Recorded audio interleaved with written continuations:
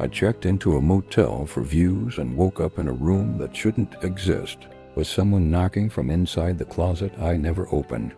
I run a small YouTube channel that covers overnight challenges, the kind where you stay in abandoned places or sketchy buildings, just to film yourself freaking out in the dark. I never really believed in ghosts or cursed buildings. It was all for the clicks. But this one broke me. A few friends bailed and I didn't want to miss a weekly upload, so I decided to do something solo film myself, spending the night at an allegedly haunted roadside motel about 2 hours outside Tulsa, Oklahoma. But no name. The whole place looked half alive, like it didn't know whether it was still running or already dead.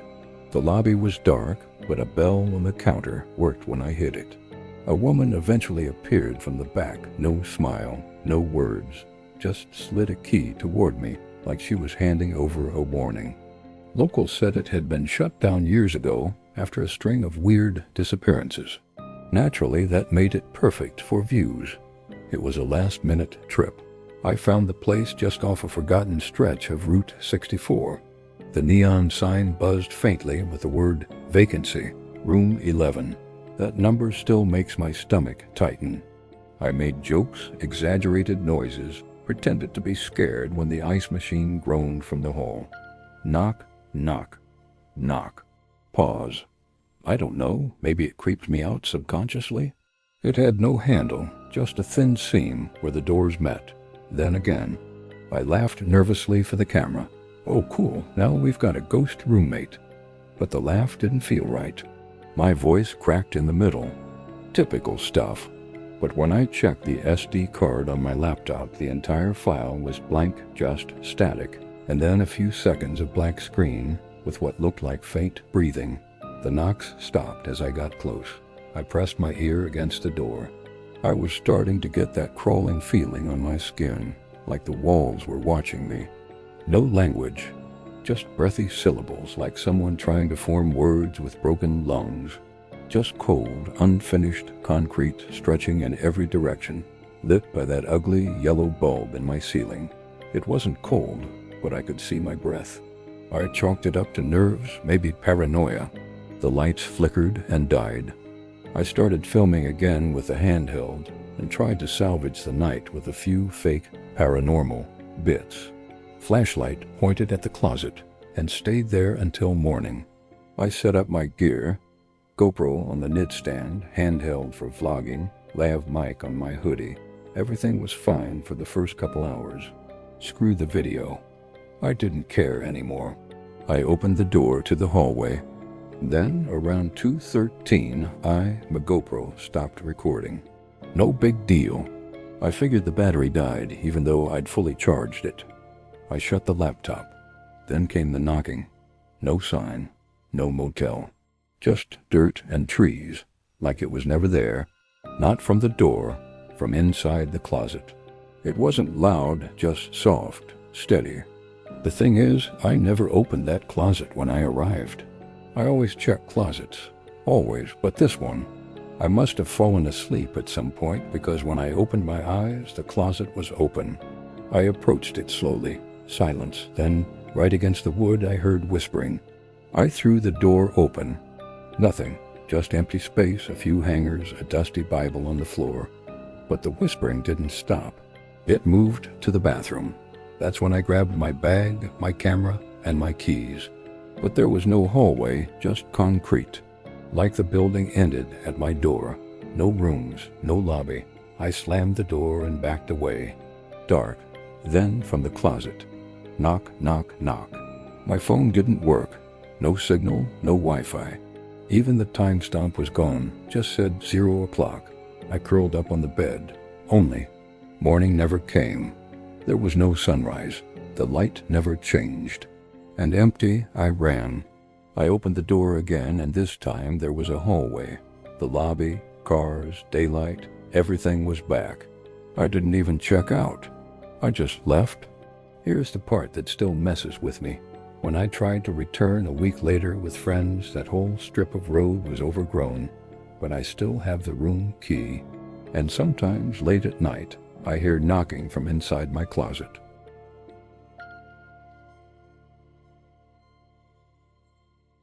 The security camera footage said I never checked in, but I remember the room, I remember the smell, and I remember the man standing at the foot of my bed.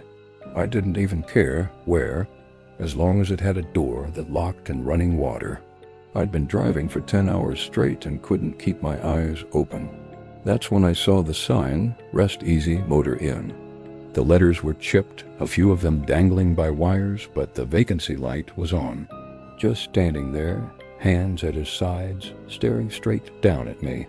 His face was in shadow, but I could make out the shape of him, tall, thin, like the man from the front desk. I wasn't even sure what I was trying to report. A break-in? A stalker? Something worse? When they reviewed the tapes from the gas station next door, the camera showed my car pulling into the lot, and then leaving 3 minutes later. But when they called over to the county to look up the motel, they said it had closed down 2 years ago. The property had been condemned, no running water, no power. Not because I want to remember, but because I want to prove to myself it happened, that it was real.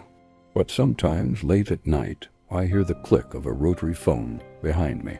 And once, just once, I woke up to find the key lying on my pillow, warm like it had been held in someone's hand. According to the officer, it had been boarded up ever since a fire in one of the rooms killed a man staying there under a false name.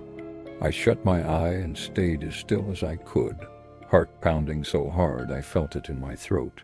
After what felt like an eternity, I heard a long, slow inhale like he was smelling me, and then the sound of soft, barefoot steps moving toward the bathroom. I waited until I heard the faint click of the bathroom door closing.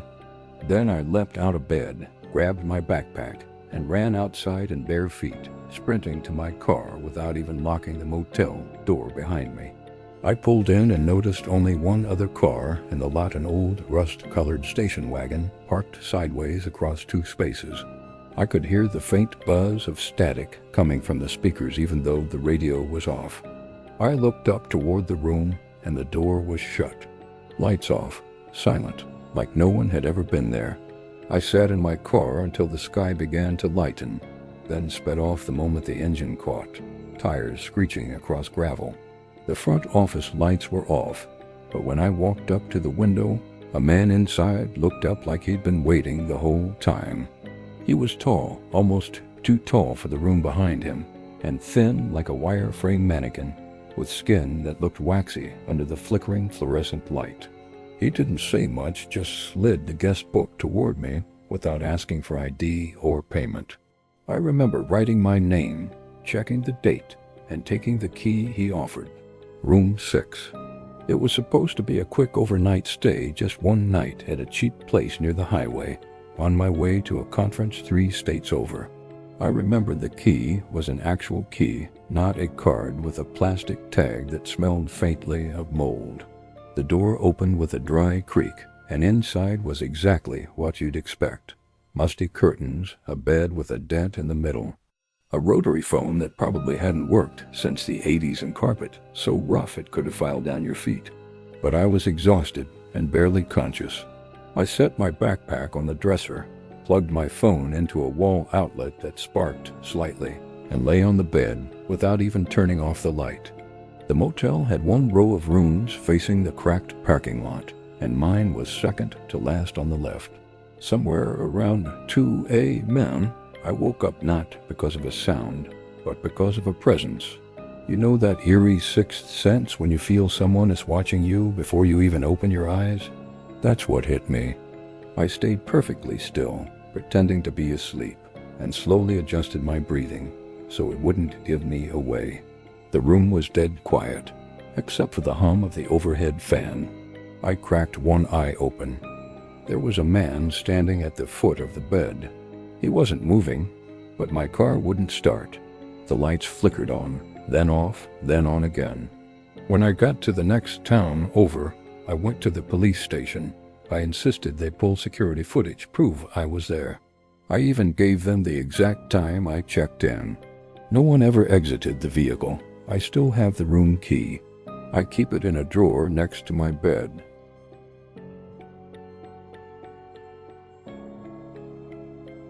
I only stayed there because my car broke down, but what I saw behind the manager's door made me realize I wasn't a guest. I was bait. It happened 3 summers ago while I was driving cross-country to help my sister move back home. Somewhere in Arizona, in the dead heat of July, my car began to overheat. At first it was just a little smoke curling out from under the hood, but then the temperature gauge went red and the engine sputtered out entirely. The air was thick and stale, like no one had opened a window in decades. There were no clocks in the room, but I checked my phone battery dead.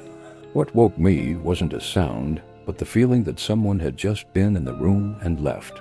The door at the bottom was slightly open, and from it came a low hum. Not like an appliance, but like voices murmuring in unison. I checked into a motel for views and woke up in a room that shouldn't, like voices murmuring in unison, just beneath the sound of the engine.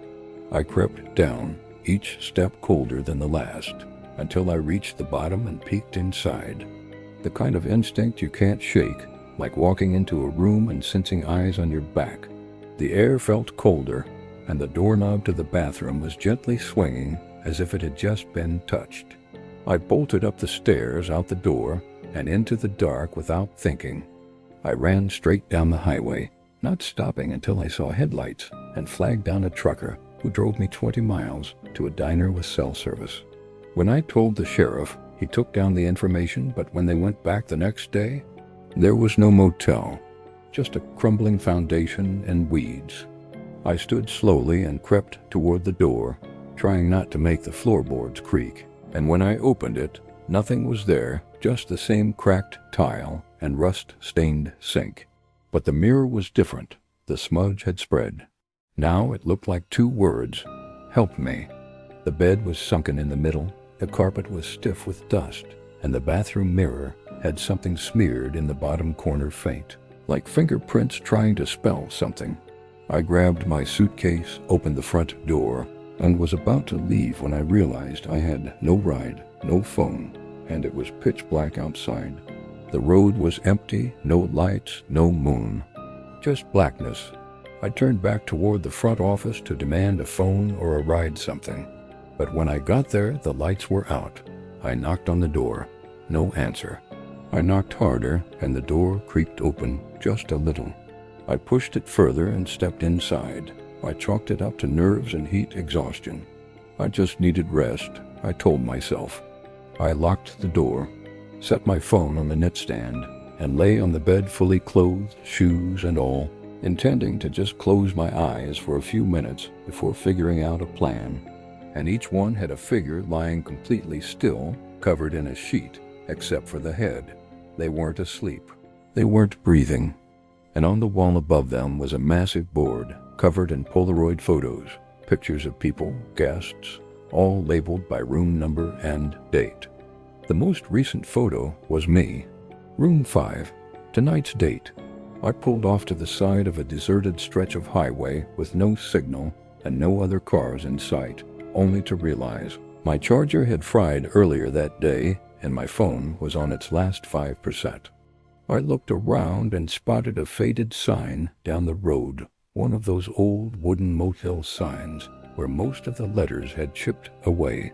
All that was left were the words Mo__L and a neon open that flickered like a dying firefly.